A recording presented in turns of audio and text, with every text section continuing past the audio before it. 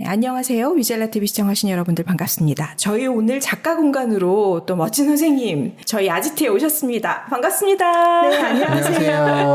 반갑습니다. 네. 안경을 벗으시니까 느낌이 다르시네요. 네.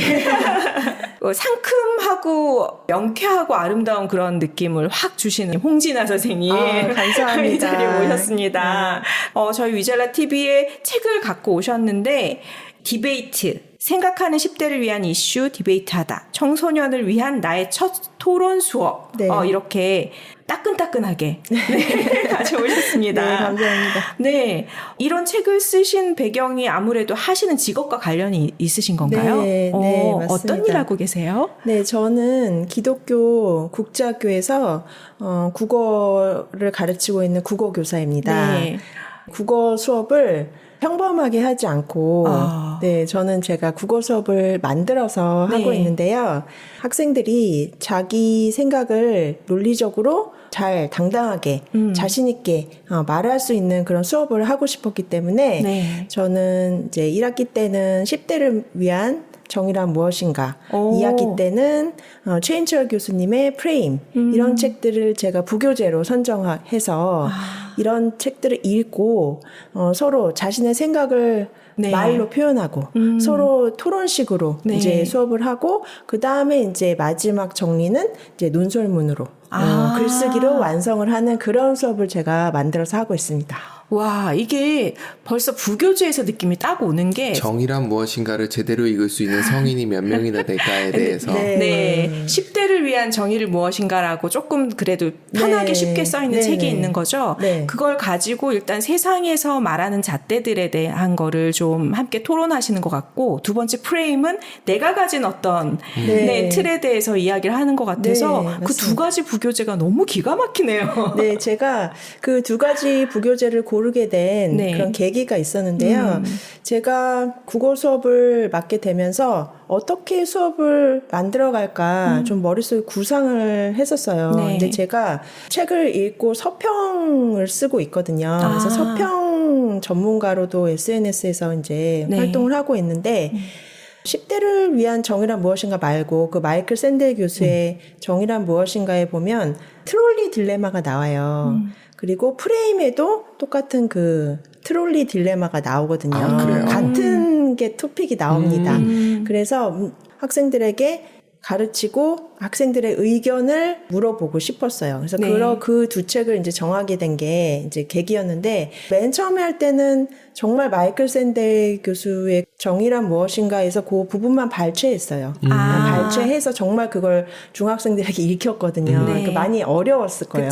하지만 그게 좀 더 깊이가 있고, 최인철 교수님 프레임에서 같은 트롤리 딜레마 부분을 발췌해서 이제 읽고 학생들의 그 생각을 자꾸 이제 물어본 것이죠. 근데 처음에는 학생들이 트롤리 딜레마를 못 들어본 친구들이 거의 대부분이었어요. 처음에는 읽기가 들어가야 되거든요. 이제 우선 말을 하기 위해서는 읽어야 돼요. 그렇죠. 이제 그거를 읽고 어떤 상황인지 이해하고 거기에 대해서 이제 어떻게 생각하는지. 처음부터 학생들이 막 저는 이렇게 생각해요. 이렇게 생각해요.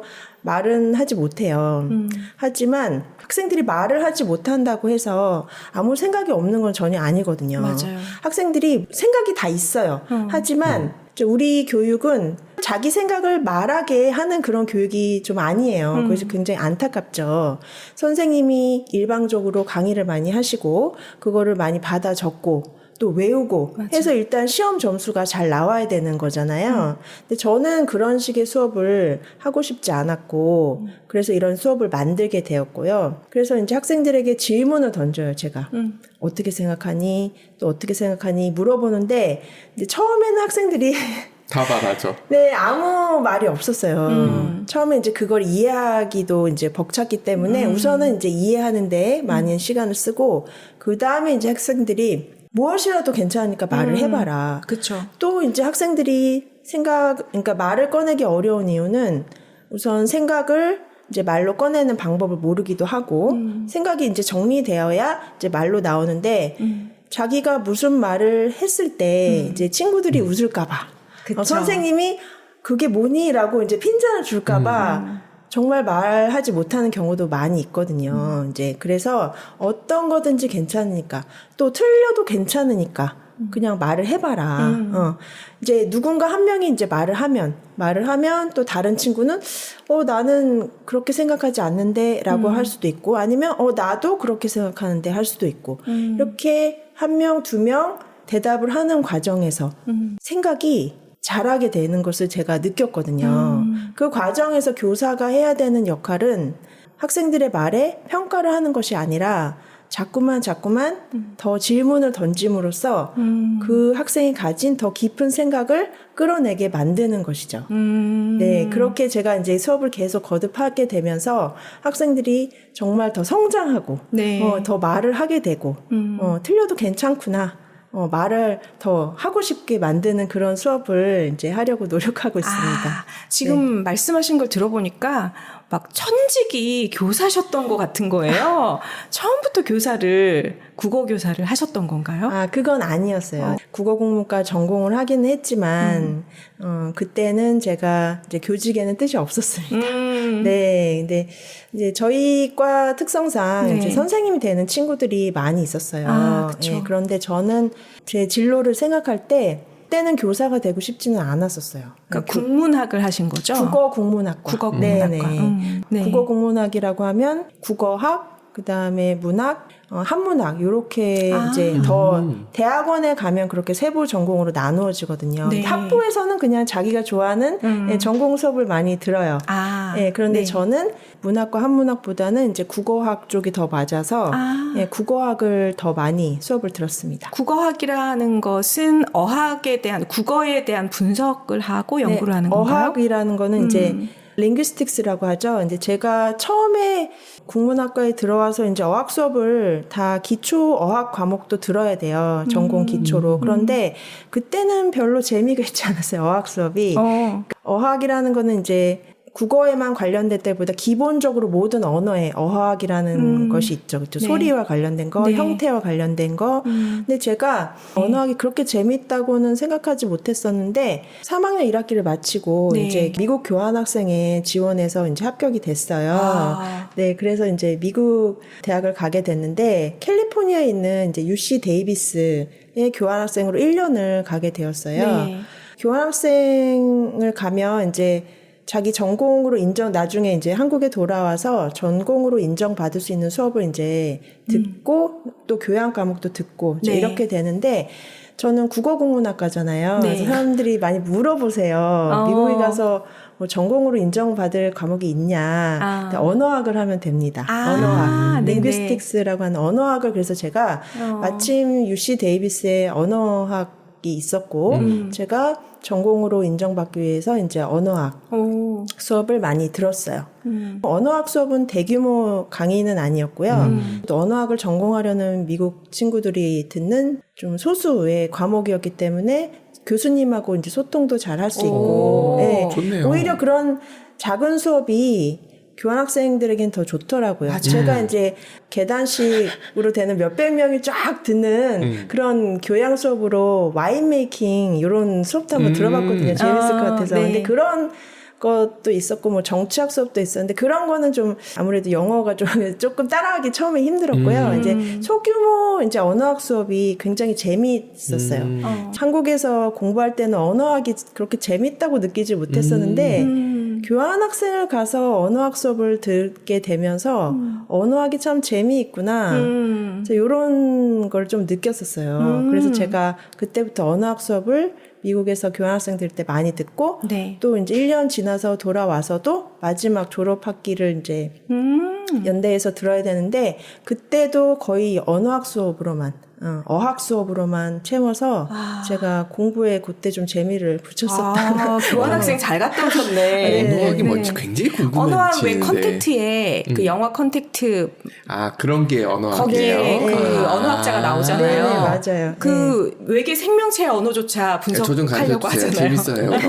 언어학도 이제 또 분야가 또 세부적으로 나는데 문장 단위도 있고 단어 단위도 있고 더 작은 형태소 단위도 있고 이제 그렇게 해서 재밌겠다. 이제 네, 미국 교환학생을 마치고 이제 네. 돌아오게 됩니다. 그래서 이제 졸업을 하게 됐는데 졸업을 할 당시가 IMF가 이제 되어서 취직을 하기 조금 어려웠었어요. 네. 미국 대학에서 언어학을 공부하고 또 다른 교양 강의도 들어보고 하니까 네, 미국 학생들은 굉장히 질문을 많이 하더라는 것이죠. 그죠. 대학교에서도. 네. 근데 제가 경험했던 그 한국에서 대학교에서는 일단 교수님들이 좀 나이도 많으셨는데 저 때는 굉장히 나이 많으신 이제 교수님들이 많았어요. 그 이후에는 아마 좀 바뀐 것 같지만 네. 교수님들께 그것도 학부생이 대학원생도 아니고 뭐 1, 2학년 이런 어린 학부생이 수업 끝나고 아무도 질문하지 않았어요. 저도 그렇고. 그 질문할 것도 별로 없고 수업 끝나면 놀기 바빴죠. 무섭게 빨리 나가서 이제 공강 시간도 즐기고 쉬는 시간 즐기고 이랬기 때문에 교수님께 뭔가 물어본다. 그리고 수업 끝나고 물어보기도 어렵고 게다가 교수님 찾아가서 모르는 것이나 궁금한 것을 물어본다? 이런 일은 거의 없었어요. 맞아. 네, 특히 학부생이 그런 일은 거의 없었는데 미국에서 대학에서 수업을 듣다 보니까 정말 교수님께 자유롭게 질문하고 교수님도 편하게 정말 질문하는 것을 편하게 대답을 해주시고 그리고 언제든지 궁금한 게 있으면 내 오피스 아워에 사무실에 찾아와서 질문해도 좋다 하고 이제 다 말씀을 해주시고요. 근데 뭘 물어보더라도 굳이 정말 거창한 질문이 아니더라도 학생들이 막 질문하더라고요. 그런 모습을 보면서 굉장히 신기했어요. 대학교에서는 우리 고등학교에서는 그렇지 않았는데 맞아. 굉장히 좀 신선한 충격을 제가 그때 받고 돌아오게 돼요. 처음부터 교사를 하지 않았지만 나중에 제가 교사를 하고 제가 수업을 하게 되면서 그게 이제 오버랩 되면서 이제 겹치게 되면서 아, 우리나라 교육도 말을 하고 질문하는 그런 수업 시간이 돼야 되겠다라고 생각하는 그런 계기가 많이 되었습니다. 그러네요. 인생에서 그 경험이 네. 정말 교육관에 대해서 많은 것을 네, 바꿔주는 네. 그런 좋은 경험이 되었어요. 네. 그때는 제가 몰랐지만 제가 국어를 가르치게 되면서 미국 교육을 1년이지만 직접 이제 체험을 해봤던 경험도 많은 책을 쓰는 데 도움이 되었습니다. 그러니까요. 네. 그리고 저는 또 선생님을 바로 하신 게 아니라 네. 중간에 다른 취업 과정도 거치고 네. 그리고 전문직을 하시겠다고 어려운 시험도 공부하시고 네. 그런 과정이 있으셨잖아요. 네. 그러고 나서 교사가 되신 게 저는 신의 한 수인 것 같아요. 왜냐하면 세상도 아시잖아. 네. 이게 세상을 모르고 학교에 계신 선생님들 물론 너무 존경하는 선생님들 네. 많지만 그래도 아이들한테 조금 더 넓은 시야를 이렇게 보여주기에는 한계가 있을 수도 있다고 저는 생각이 네, 들거든요. 맞습니다. 근데 세상도 경험하시고 학교에 네. 가신 게. 네, 그래서 제가 학생들에게 이야기하면 네. 선생님 미국 교환학생도 가봤어. 미국에서 이런 수업도 들어봤어. 그리고 다른 회사도 선생님 다녀봤어. 하고 이야기도 이제 해줄 수 있고요.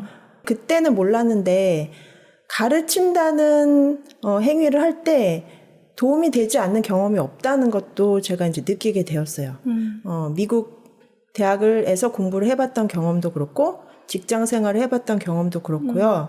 우리나라 학생들이 가장 어려워하는 것이 이제 말하기와 글쓰기도 굉장히 어려워하는데요. 아, 그러니까 내 거를 아웃풋으로 내놓는 걸 다 힘들어하네요. 네, 맞습니다. 우리나라 교육은 주입식 교육이라고 하잖아요. 근데 네. 너무너무 안타까운 게 제가 교육 받을 때도 주입식이었는데 아직도 이제 주입식 교육이란 말이 나오는 것이 벌써 네. 20년 이상이 흘렀는데도요. 너무 안타까워요. 맞아요. 그래서 아직도 옛날보다는 조금 덜하긴 하지만 그래도 주입식 교육이 되고 있죠. 입시 때문에. 주입식 교육이 되고 있기 때문에 학생들이 들어가는 건 많은데 그거를 이렇게 아웃풋 나오는 것을 굉장히 힘들어한다는 것을 제가 또 알게 되었어요. 학생들에게 질문을 던짐으로써 그 생각을 계속 이제 끌어내는 연습을 제가 이제 시키는 것이죠. 네. 근데 나오기 위해서는 이제 아웃풋은 많이 들어가지만 인풋의 종류도 중요하다고 생각해요. 그러니까 교과서적인 거. 외워서 시험 보기 위한 인풋이 아니라 저는 그래서 제가 저는 책으로 이제 수업을 하고 싶었던 거예요. 그래서 이제 정의란 무엇인가 그런 책을 읽으면 생각할 수밖에 없거든요. 너라면 어떡하겠니? 이 상황에서 그런 딜레마 상황 속에서 어떤 선택을 할 것인가? 저는 이렇게 하고 싶어요. 라고만 이야기하는 것이 아니라 주장에 대한 근거를 될 수 있어야 되거든요. 네네. 그래야 그렇죠. 사람이 논리적인 생각을 할 수가 있고 막 우기는 것이 아니라 그냥 떼쓰는 것이 아니라 논리적인 생각을 말하게 저는 가르치고 싶었어요. 그래서 주장이 있으면 반드시 근거가 있어야 되는데 그 주장과 근거 사이에는 반드시 논리적인 타당성이 있어야 하거든요. 그렇게 생각하고 말하는 것을 제가 이제 길러주고 싶어서 이런 수업을 만들게 되었어요. 어른들을 위해서도 필요합니다. 그렇죠. 어른들도 늘 그 교육을 받고 자라나고 네. 지금 인생 이렇게 사니까 사실 어른들도 잘 말하기는 잘 안 되고 네. 우기기만 하죠. 네, 그렇죠. 그렇게 되니까 마음속에 뭐가 없는 건 아닌데 그걸 잘 정연해서 이야기하는 게 참 안 되는 사람들이 많고 그래서 이 수업을 듣는 아이들은 참 행운이네요. 너무 좋네요. 이 책을 쓰신 이유는 그러면 어떻게 된? 학생들이 이제 수업 시간에 자기 생각을 말하기를 어려워하는 것도 보았고 가르쳐 보니까 네. 그리고 이제 결정적인 계기는 국어 교과서에 이제 여러 가지 지문이 있잖아요. 네. 뭐 문학 지문도 있고 비문학 지문도 있고. 근데 그 글을 읽고 나서 이러이러한 질문을 만들어 보세요 하는 것이 나와요. 그리고 예시 질문이 나와 있어요. 네. 질문을 만들어 볼까요? 했더니 학생들이 거기 나온 질문에 열심히 답을 적고 있는 거예요. 그렇게 하는 게 아닌데 질문을 만들어 보라는 거예요.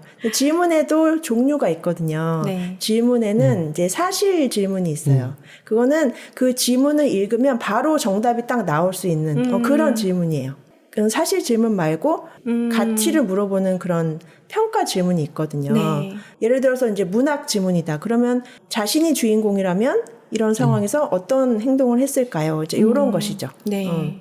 근데 그런 질문은 정답이 있을까요? 없죠. 그런 질문은 정답이 없어요. 네. 근데 이제 학생들은 질문을 만들어 보라는 것 자체, 그 질문 이해하지 못했어요. 하나도. 이해하지 못하고 거기 예시로 나온 질문에 이제 답을 열심히 적고 있는 모습을 제가 보면서 어떤 상황이 생각이 났어요. 그 상황이 머릿속에 떠오른 상황이 뭐였냐면 예전에 2010년에 우리나라에서 G20 정상회담이 있었죠. 네. 그때 이제 폐막식이었어요. 당시 오바마 대통령이 이제 주최국인 한국 기자들에게 이제 마지막 질문할 기회를 주었었어요. 그건 굉장히 영광이거든요. 폐막식에 마지막 질문을 할 수 있는 거는 굉장히 좋은 기회고 그런데 거기 정적만이 이제 흘렀었죠. 아마 기억나실 거예요. 대만 기자가 질문을 했었나? 중국 기자입니다. 그렇죠. 예. 그랬던 걸로 기억해요. 이제 오바마 대통령이 유머 감각도 좀 있더라고 해서 영어의 문제라면 통역을 활용하셔도 됩니다 하면서 한 번 더 기회를 주었어요. 근데 그 두 번째 기회를 주기 전에 중국의 루이 청강 기자라는 사람이 손을 번쩍 들면서 제가 아시아를 대표해서 질문해도 되겠습니까? 하고 손을 번쩍 들었어요. 그런데도 오바마 대통령은 주최국인 한국 기자들에게 한 번 더 기회를 드리겠습니다. 라고까지 했는데 역시 정적만이 흘렀어요. 질문 잘못해서 잘릴까봐 그랬을 거예요. 무슨 질문을 할지 몰랐을 수도 있고 아무 질문을 준비해오지 못했을 수도 있는데 그런 자리에서 질문을 준비해오지 않았다는 것도 이제 이해가 좀 되지 않죠. 일반인들이 아니고 이게 약간 주눅든 거 아닐까 싶은 게 왜냐하면 기자분들이 연예인들 가십 같은 거에서 기자회견할 땐 질문 엄청 잘해요. 막 권위주의라는 게 우리나라의 DNA 속에 박혀 있으면서 그 네. 장관들 모아놓고 대통령 회의하는 그거 봐도 똑같잖아요. 네. 그러니까요. 받아 적기 바쁘지. 뭔가 내가 질문해도 되는 자리와 질문하면 안 되는 자리가 있나? 왜 그러는 네. 거지? 그분들은 이제 기자잖아요. 네. 일반인들도 아니고. 네. 그런데 그런 자리에 가면서 질문거리를 하나도 준비하지 않았다는 건가? 이제 이런 생각이 아마 많이들 드셨을 거예요. 굉장히 충격이었죠. 안타깝기도 하고. 그 상황이 딱 떠올랐어요. 그래서 이제 결국은 마지막 질문을 그 중국의 루이 청강 기자가 가져간 것이죠. 그 기자는 질문을 이제 준비해 온 것이죠. 네, 준비해 오고 이제 한국 기자들이 질문을 안 하니까 자기가 대담하잖아요. 아시아를 대표해서 자기가 질문하겠다는 말도 했습니다. 어디 건방지게. 네. 근데 주최국인 우리 기자들은 이제 아무 질문을 못했다는 것이죠. 네네. 그래서 이제 제가 그 두 상황이 제 머릿속에서 딱 겹쳐지면서 우리 학생들이 자라서 어른이 되어서 질문 못하는 사람이 되어서 안 되겠다. 자기 생각을 저렇게 표현해야 되는 자리에서 표현을 하지 못하는 사람이 되어서는 안 되겠다. 그런 생각이 들었어요. 그래서 제가 그 두 상황 가운데 뭔가 자꾸 생각을 하게 되면서 이런 책을 한번 써봐야 되겠다는 계기가 이제 된 사건입니다. 좋네요. 최근에 챗GPT를 사람들이 많이 쓰는데 챗GPT를 잘 쓰는 방법이 프롬프트 엔지니어링이라고 우아하게 말을 하지만 실상은 질문이거든요. 답은 어차피 컴퓨터가 더 잘 해주는데 우리는 답하는, 그러니까 컴퓨터하고 경쟁하는 거를 가르치는 이상한 교육을 하는 거죠. 컴퓨터를 아주 잘 활용하는 기술을 가르치고 그것이 필요한데 그러니까 말씀하시는 것들이 이해가 되는 거죠.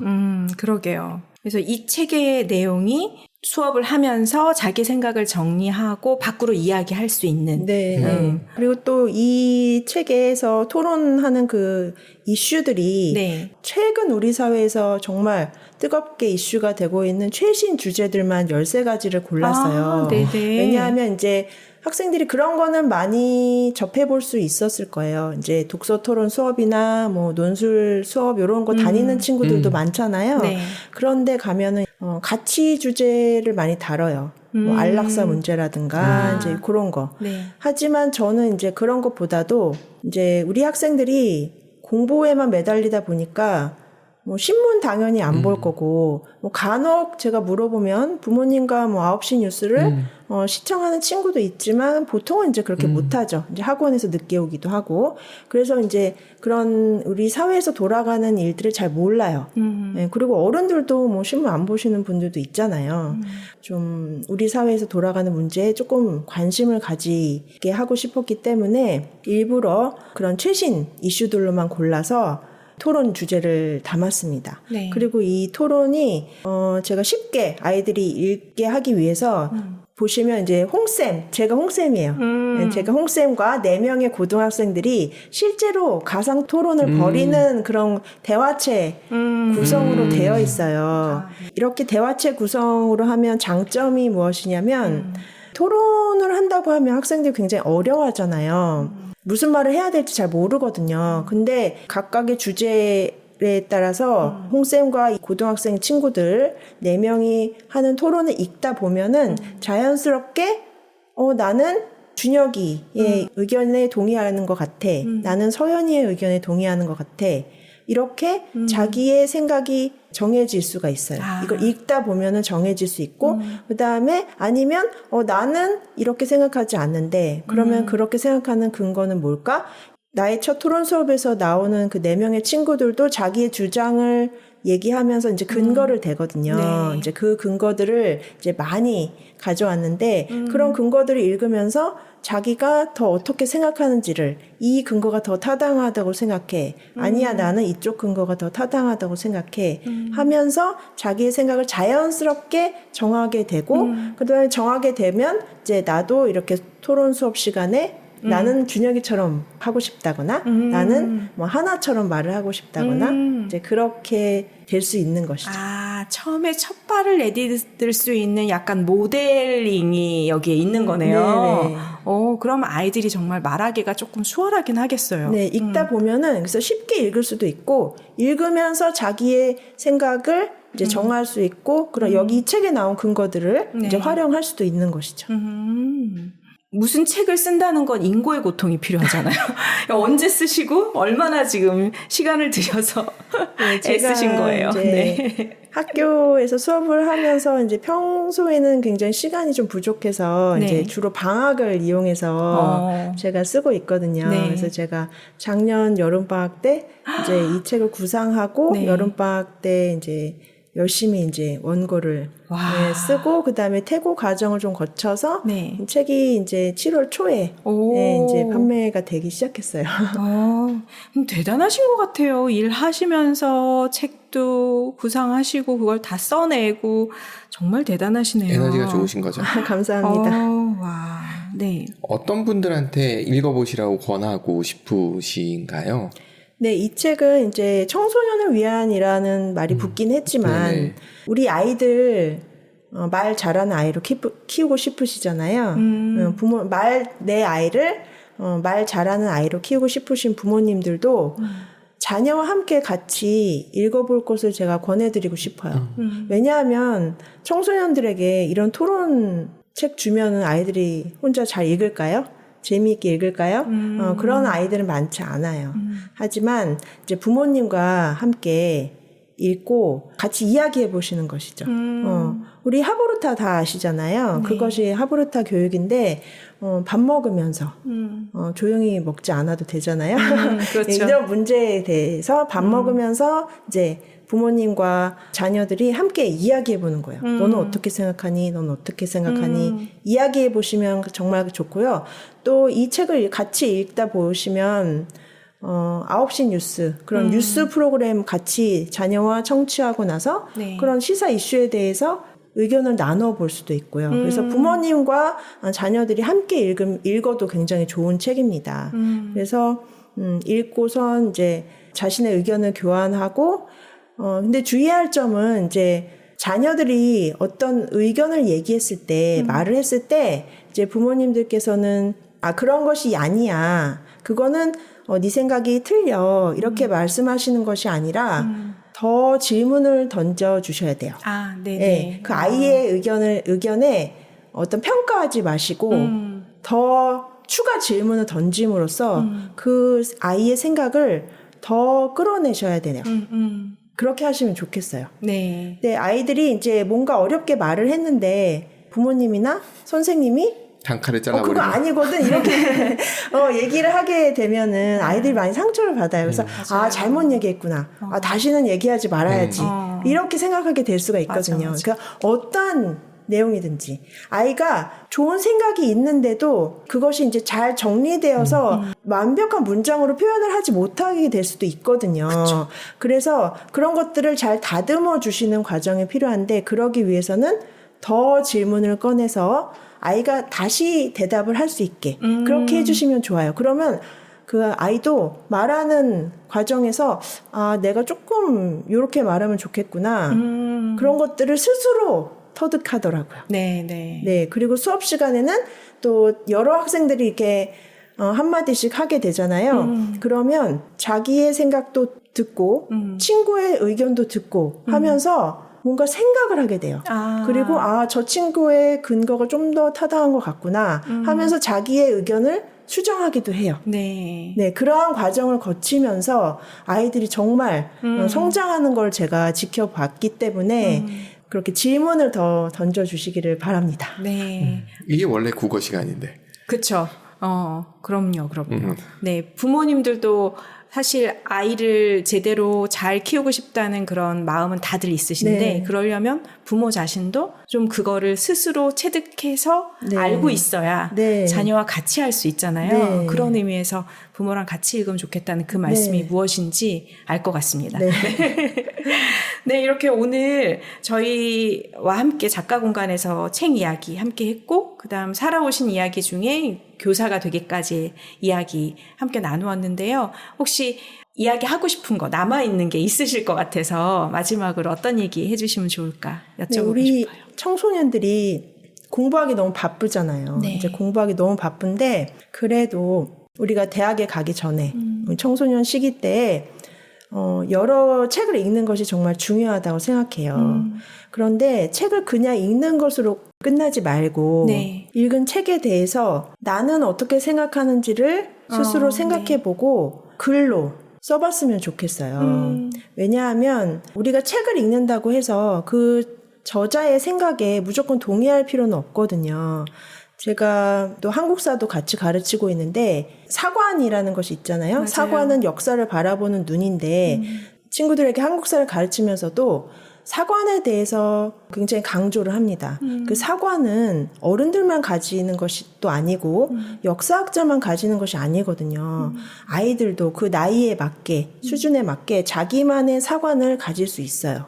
역사를 바라보는 눈, 또 사회를 바라보는 눈, 다 나이에 맞게 또 학년에 맞게 가질 수가 있거든요. 올바른 그 사회를 바라보는 눈, 역사를 바라보는 눈 이런 거를 키워가길 원하는데 그러기 위해서는 좀 많이 읽고 읽는 데서 그치는 것이 아니라 자기 생각을 말해보는 거.